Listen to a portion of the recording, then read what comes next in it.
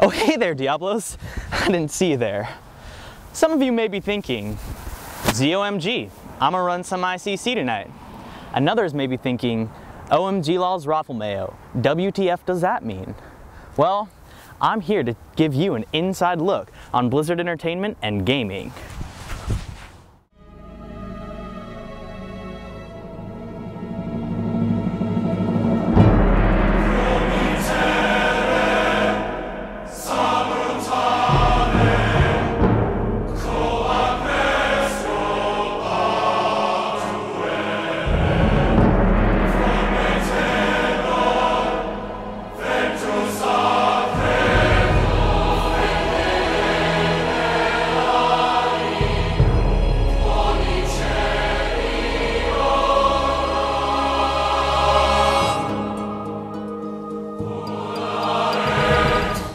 Blizzard Entertainment was founded in 1991 under the name of Silicon and Synapse by 3 UCLA graduates, Mike Morhaime, Alan Adham, and Frank Pierce.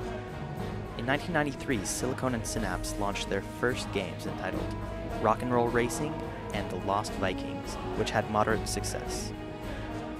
In 1994, Silicon and Synapse changed their name to Blizzard Entertainment and launched their breakout real-time strategy hit, Warcraft: Orcs and Humans, the first game in the Warcraft franchise. In 1996, Blizzard bought Condor Games, which was developing a game called Diablo at the time. Condor was renamed Blizzard North, and in 1997, Diablo was released. It was Blizzard's next major success and next major franchise. With the release of StarCraft in 1998, Blizzard cemented its third franchise and first non-fantasy franchise. By 2004, Blizzard had released 3 Warcraft games with expansions, 2 Diablo games with expansions, and a StarCraft game. But little did they know they would soon become the biggest game company ever. World of Warcraft is the best-selling and highest-grossing game of all time. It has 2 expansions, with another on the way, and has 11.5 million players worldwide. If World of Warcraft players were a country, it would be the 73rd biggest country in the world. My official title is Data Specialist. You know, it's an entry-level development position, so I'm definitely doing a lot of the grunt work there.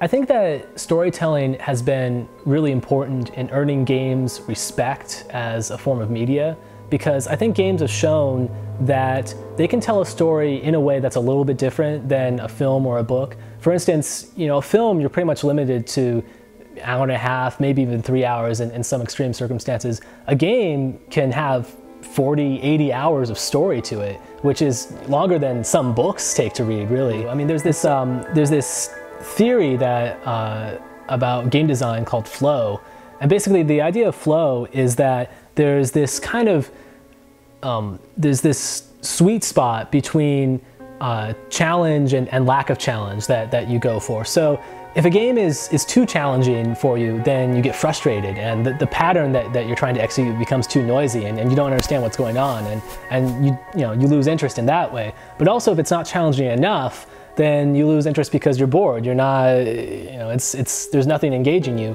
So flow is really when you're in that sweet spot in between those, where the game is just challenging you like exactly to your ability to overcome that challenge. And there you have it. This has been Jordy Signs, and I am signing off for Diablo Heat.